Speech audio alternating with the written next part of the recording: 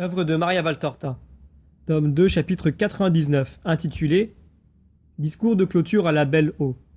Annonce à Simon-Pierre de sa primauté spirituelle. Vision du 17 mars 1945. Mes enfants dans le Seigneur, la fête de la purification est maintenant imminente.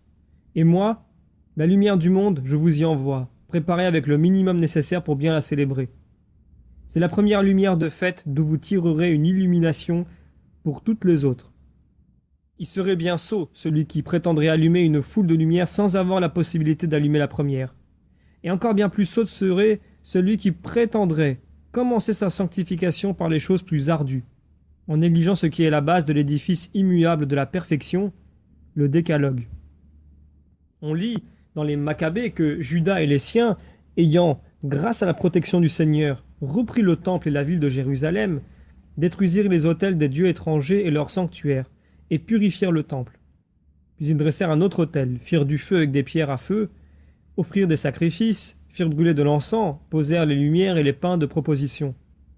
Puis tous prosternés par terre, ils supplièrent le Seigneur de leur promettre de ne plus pécher. Ou bien, si par leur faiblesse ils retombaient dans le péché, de les traiter avec la miséricorde divine. Et cela arriva le 25 du mois de Casleu. Réfléchissons et appliquons ce récit à nous-mêmes, car toute parole de l'histoire d'Israël, et donc du peuple élu, a un sens spirituel. La vie est toujours un enseignement. La vie d'Israël est un enseignement non seulement pour nos jours sur terre, mais aussi pour la conquête des jours éternels. Ils détruisirent les autels et les sanctuaires païens. C'est la première opération, celle que je vous ai indiqué de faire en vous indiquant les dieux individuels qui se substituent au vrai Dieu, les idolâtres des sens, de l'or, de l'orgueil, les vices capitaux qui mènent à la profanation et à la mort de l'âme et du corps et au châtiment de Dieu. Je ne vous ai pas écrasé sous les innombrables formules qui oppriment aujourd'hui les fidèles et forment un prétendu rempart à la vraie loi, alourdi, caché sous des masses d'interdictions tout extérieures. En l'alourdissant, elles conduisent le fidèle à perdre de vue la voie linéaire, claire et sainte du Seigneur qui dit « Ne blasphémez pas, ne soyez pas idolâtres, ne profanez pas les fêtes, ne déshonorez pas vos parents, ne tuez pas, ne commettez pas l'impureté, ne volez pas, ne mentez pas, n'enviez pas le bien d'autrui, ne désirez pas la femme d'un autre. » Ce sont là 10 interdictions, pas une de plus. Et ce sont les 10 colonnes du temple de l'âme. Si elle resplendit l'or du précepte saint entre tous, aime ton Dieu, aime ton prochain. C'est le couronnement du temple. C'est la protection des fondements. C'est la gloire du constructeur. Sans l'amour, personne ne pourrait obéir aux 10 commandements et les colonnes tomberaient, toutes ou quelques-unes, si bien que le temple s'écroulerait complètement ou en partie. Quoi qu'il en soit, il ne serait que ruine et ne pourrait plus accueillir le très saint. Faites ce que je vous ai dit, et détruisez les 3 concupiscences. Mettez franchement un nom sur votre vice, de la même manière que Dieu use de franchise pour vous dire « Ne faites pas ceci et cela ». Inutile de jouer sur les mots. Celui qui a un amour plus fort que celui qu'il donne à Dieu, quel que soit cet amour, est idolâtre. Celui qui invoque Dieu en faisant profession de le servir et ensuite lui désobéit est un rebelle. Celui qui par cupidité travaille le jour du Shabbat est un profanateur. Il est méfiant et présomptueux. Celui qui refuse de secourir ses parents en alléguant de faux prétextes, même s'il affirme que ce sont des ressources données à Dieu, est haï de Dieu qui a établi père et mère à son image sur la terre. Celui qui tue est toujours un meurtrier. Celui qui commet l'impureté est toujours un débauché. Celui qui dérobe est toujours un voleur. Celui qui ment est toujours abject. Celui qui veut ce qui ne lui appartient pas est toujours un rapace, qui a la fin la plus exécrable. Celui qui profane la couche nuptiale est toujours un être immonde. Il en est ainsi. Et je vous rappelle qu'après l'érection du veau d'or survient la colère du Seigneur. Après l'idolâtrie de Salomon, le schisme qui divisa et affaiblit Israël, après avoir accepté l'hellénisme et même lui avoir fait bon accueil grâce à l'entremise de juifs indignes sous Antiochus Épiphane, on a vu surgir nos malheurs spirituels, économiques et nationaux actuels. Je vous rappelle que Nadab et Abihu, ces faux serviteurs de Dieu, furent frappés par Yahvé. Je vous rappelle que la manne ramassée le jour du Shabbat n'était pas sainte. Je vous rappelle Cham et Absalom. Je vous rappelle le péché de David au détriment d'Uri et celui d'Absalom au détriment d'Amnon. Je vous rappelle la fin d'Absalom et celle d'Amnon. Je vous rappelle le sort du voleur Héliodore et de Simon et Ménélaüs. Je vous rappelle la fin honteuse des deux calomniateurs qui avaient porté un faux témoignage contre Suzanne, et je pourrais continuer sans fin à vous donner de pareils exemples. Mais revenons aux Maccabées. Et ils purifièrent le temple. Il ne suffit pas de dire « je détruis ». Il faut ajouter « je purifie ». Je vous ai dit comment l'homme se purifie, par un repentir humble et sincère. Il n'est pas de péché que Dieu ne pardonne si le pécheur est réellement repenti. Ayez foi en la bonté divine. Si vous pouvez arriver à comprendre ce qu'est cette bonté, même si vous aviez sur vous tous les péchés du monde, vous ne fuiriez pas loin de Dieu, mais vous courriez, plutôt à ses pieds, car seul le très bon peut pardonner ce que l'homme ne pardonne pas. Et ils élevèrent un autre autel. N'essayez pas de tromper le Seigneur. Que vos actions ne soient pas fausses. Ne mélangez pas Dieu et Mammon. Vous auriez un autel vide, celui de Dieu. Car il est inutile d'élever un nouvel autel s'il subsiste encore des restes de l'autre. C'est soit Dieu, soit l'idole. Choisissez. Et ils allumèrent le feu avec la pierre et de l'amadou. La pierre, c'est la ferme volonté d'appartenir à Dieu. L'amadou, c'est le désir d'anéantir pour tout le reste de votre vie, jusqu'au souvenir de votre péché dans le cœur de Dieu. Alors jaillit le feu, l'amour. Car le Fils qui cherche à réconforter, par toute une vie honorable, le Père qu'il a offensé, que fait-il sinon aimer son Père en voulant qu'il puisse se réjouir de son Fils qui autrefois était la cause de ses larmes et à présent fait sa joie? Parvenu à cet état, vous pouvez offrir les sacrifices, brûler de l'encens, apporter des lumières et des pains. Les sacrifices ne seront pas odieux au Seigneur, les prières lui seront agréables. L'autel sera vraiment éclairé, riche des aliments de votre offrande quotidienne. Vous pourrez prier en disant « Sois notre protecteur », car lui, il sera votre ami. Mais sa miséricorde n'a pas attendu que vous criiez pitié. Il a prévenu votre désir et vous a envoyé la miséricorde de vous dire « Espérez, je vous le dis, Dieu vous pardonne, venez au Seigneur. » Il y a déjà un autel parmi vous, l'autel nouveau. Des fleuves de lumière et de pardon en jaillissent. Ils se répandent comme l'huile. Ils guérissent, donnent la force. Croyez en la parole qui vient de lui. Pleurez avec moi sur vos péchés. Comme le Lévite dirige le cœur, je dirige vos voix vers Dieu et il ne repoussera pas votre gémissement s'il est uni à ma voix. Avec vous je m'anéantis, en étant frère des hommes par la chair, fils du Père par l'Esprit, et je dis pour vous, avec vous, de ce profond abîme où moi, l'humanité, je suis tombé, je crie vers toi, Seigneur. Écoute la voix de celui qui te regarde et soupire, et ne ferme pas tes oreilles à mes paroles. C'est horrible de me voir, ô Dieu. Je suis même une horreur à mes propres yeux. Que serais-je au tien? Ne regarde pas mes fautes, Seigneur, car sinon je ne pourrais me tenir en ta présence, mais fais preuve de miséricorde à mon égard. Tu as dit, je suis la miséricorde, et je crois en ta parole. Mon âme blessée et abattue a confiance en toi. Elle se fie à tes promesses, et de l'aube à la nuit, de la jeunesse à la vieillesse, j'espérerai en toi. Coupable d'homicide et d'adultère, réprouvé de Dieu, David obtint pourtant son pardon après avoir crié au Seigneur « Aie pitié, non par respect pour moi, mais pour l'honneur de ta miséricorde qui est infinie. À cause d'elle, efface mon péché. Il n'est pas d'eau qui puisse laver mon cœur si elle n'est pas puisée dans les tréfonds de ta sainte bonté. Lave-moi par elle de mon iniquité et purifie-moi de ma souillure. Je ne nie pas mon péché. Je reconnais même ma faute et elle est toujours devant moi comme un témoin qui m'accuse. J'ai offensé l'homme dans mon prochain et en moi-même, mais je regrette surtout d'avoir péché contre toi. Que cela te montre que je reconnais que tu es juste en toutes tes paroles et que je crains ton jugement qui triomphe de toute puissance humaine.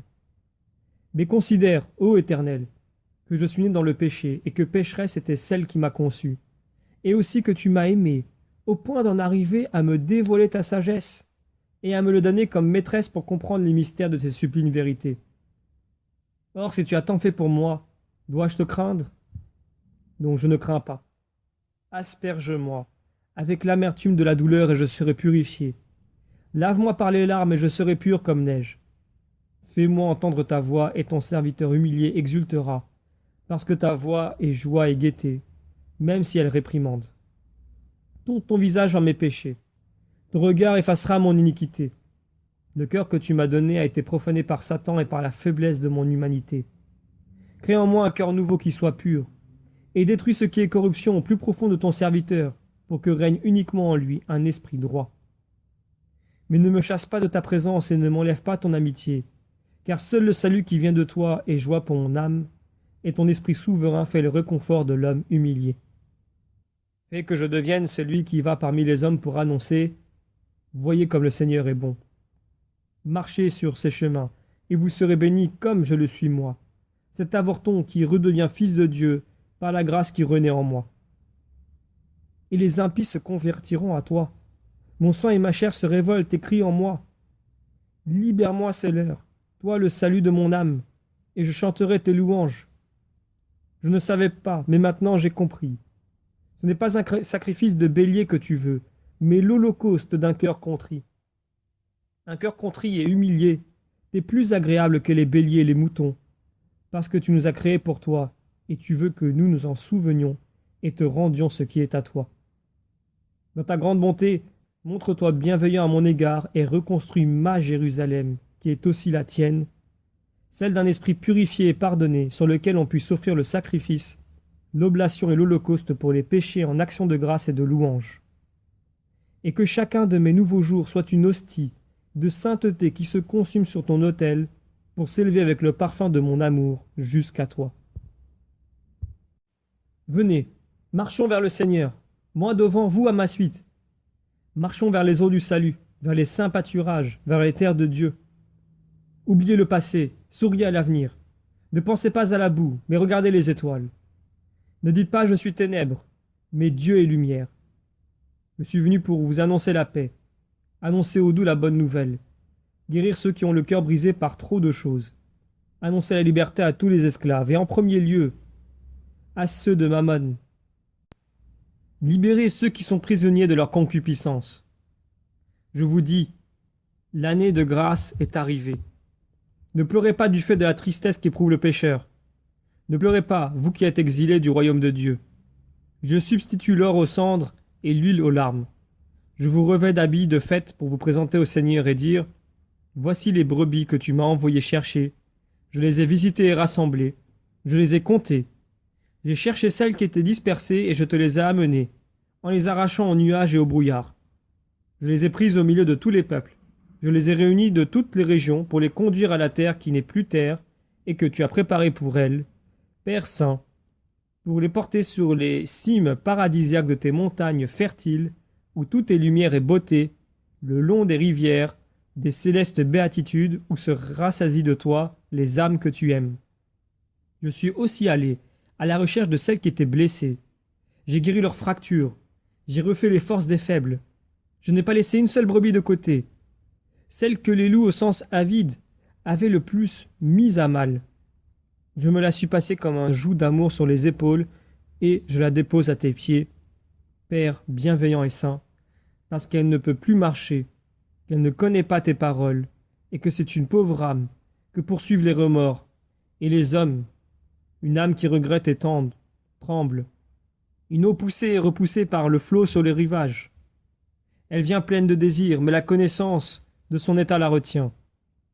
Ouvre-lui ton sein, Père qui est tout amour, pour qu'en toi cette créature perdue trouve la paix. Dis-lui, viens, dis-lui, tu es à moi. Elle a appartenu à tout un monde qui la dégoûte et lui fait peur. Elle dit, chaque homme est une bête ignoble. Fais qu'elle puisse dire, mon roi m'a donné la joie d'être prise. Elle ne sait pas ce qu'est l'amour. Mais si tu l'accueilles, elle saura ce qu'est cet amour céleste, l'amour nuptial entre Dieu et l'esprit humain. Et comme un oiseau délivré des cages des hommes cruels, elle s'élèvera toujours plus haut, jusqu'à toi, au ciel, dans la joie, dans la gloire, en chantant « J'ai trouvé celui que je cherchais. Mon cœur n'a pas d'autre désir. En toi je me repose. Je jubile, Seigneur éternel, et je suis bienheureuse pour les siècles des siècles. » Allez célébrer la fête de la purification dans un esprit nouveau, et que la lumière de Dieu s'allume en vous. Jésus a été irrésistible à la fin de son discours. Un visage de lumière aux yeux rayonnants, un sourire et un ton de voix d'une douceur inconnue. Les gens sont comme fascinés et ne bougent pas jusqu'à ce qu'ils répètent « Allez, que la paix soit avec vous ». Alors commence le départ des pèlerins, qui parlent beaucoup. La femme voilée s'éloigne de son pas habituel, svelte et légèrement ondulant. Elle semble avoir des ailes, avec son manteau gonflé par le vent aux épaules. « Je vais comprendre si elle est d'Israël, dit Pierre. Pourquoi? Parce que si elle reste ici, c'est signe que cette pauvre femme n'a pas de maison à elle, rien de plus. Souviens-toi de cela, Pierre. » Jésus se dirige vers le village. Oui, maître, je m'en souviendrai. Et nous, qu'allons-nous faire maintenant, que tous vont rester chez eux pour la fête? Nos femmes allument les lampes pour nous. Je regrette, c'est la première année que je ne les vois pas allumées dans ma maison, ou que je ne les allume pas. Tu es un grand enfant. Nous allumerons nous aussi les lampes. Ainsi, tu ne feras plus grise mine, et c'est toi qui les allumeras. Moi? Pas moi, Seigneur. Tu es notre chef de famille, c'est à toi de le faire. Moi, je suis toujours une lampe allumée, et je voudrais que vous le soyez aussi. Je suis l'enseigné éternel, Pierre. Sais-tu que je suis né justement le 25 du mois de Caseleu? Et qui sait combien de lumières? Demande Pierre, étonné. On ne pouvait les compter. Toutes les étoiles du ciel étaient là. Non, on ne t'a pas fait de fête à Nazareth? Je ne suis pas né à Nazareth, mais dans une ruine à Bethléem. Je vois que Jean a su se taire. Il est très obéissant, Jean. Et il n'est pas curieux. Mais moi, je le suis tellement. Tu vas le raconter à ton pauvre Simon. Autrement, comment faire pour parler de toi? Parfois des gens me questionnent et je ne sais que dire. Les autres savent comment parler. Je veux dire tes frères et Simon, Barthélemy et aussi Judas. Et oui, Thomas aussi sait parler. On dirait quelqu'un qui fait de la réclame au marché pour vendre sa marchandise. Mais il arrive à parler. Matthieu lui aussi se débrouille bien. Il déploie l'ancien savoir-faire dont il usait pour plumer les gens à son comptoir de gabelle, pour forcer les autres à dire « Tu as raison ». Mais moi, pauvre Simon, fils de Jonas, qu'est-ce que les poissons ont bien pu t'enseigner, et le lac? Deux choses, mais qui ne servent pas. Les poissons à me taire et à être constant. Leur constance a échappé au filet, et pour moi la constance allait y mettre. Le lac à être courageux et avoir l'œil à tout. Et la barque à trimer sans épargner mes muscles, à rester debout même si les eaux sont agitées et si on risque de tomber. L'œil sur l'étoile polaire, les mains fermes à la barre. Force, courage, constance, attention. Voilà ce que m'a enseigné ma pauvre vie. Jésus lui pose une main sur l'épaule et le secoue en le regardant avec affection et admiration. Une véritable admiration pour cette simplicité, et il dit « Ça te paraît peu, Simon-Pierre? Tu as tout ce qu'il faut pour être ma Pierre. Il n'y a rien à ajouter, rien à enlever. Tu seras le pilote éternel, Simon. Et à celui qui viendra après toi, tu diras « L'œil sur l'étoile polaire, Jésus, la main ferme à la barre. Force, courage, constance, attention, trimer sans relâche, avoir l'œil à tout, et savoir rester debout même sur les eaux agitées. Pour ce qui est du silence, allons, les poissons ne te l'ont pas enseigné. Mais pour ce que je devrais savoir dire, je suis plus muet que les poissons. Les autres paroles, même les poules savent capter, comme je le fais. Mais dis-moi, mon maître, me donnes-tu un fils à moi aussi? Nous sommes âgés, mais tu as dit que Jean-Baptiste est né d'une femme âgée. Et tu viens de dire, et à celui qui viendra après toi, tu diras, qui vient après moi, si ce n'est son fils? Pierre a un visage suppliant et plein d'espoir. Non, Pierre, ne t'afflige pas. Tu ressembles tout à fait à ton lac quand un nuage cache le soleil. De riant, il devient sombre. Non, mon Pierre. Ce n'est pas un fils, ce sont des milliers, des dizaines de milliers que tu auras, et dans toutes les nations. Ne te rappelles-tu pas le jour où je t'ai dit « Tu seras pêcheur d'hommes » ? Oh oui, mais ça aurait été si doux, un enfant qui m'aura appelé papa. Tu en auras tant que tu ne pourras plus les compter, et tu leur donneras la vie éternelle.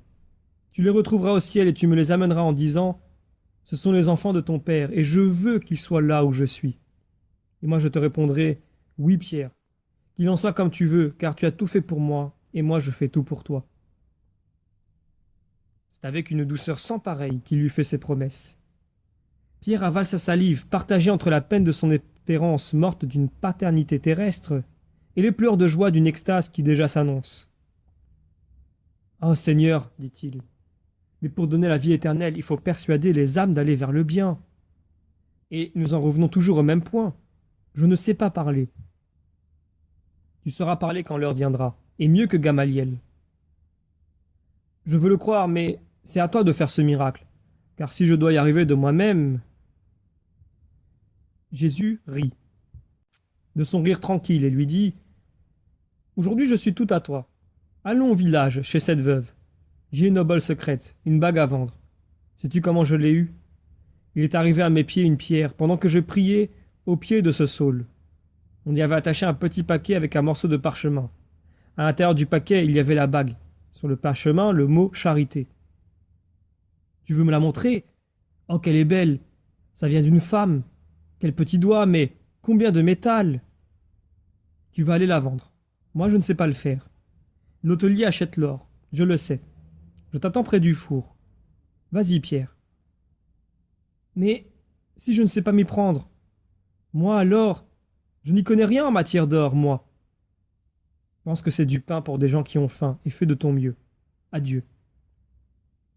Et Pierre s'en va à droite pendant que Jésus, plus lentement, tourne à gauche vers le village qui apparaît assez loin, derrière un bosquet, au-delà de la maison du régisseur.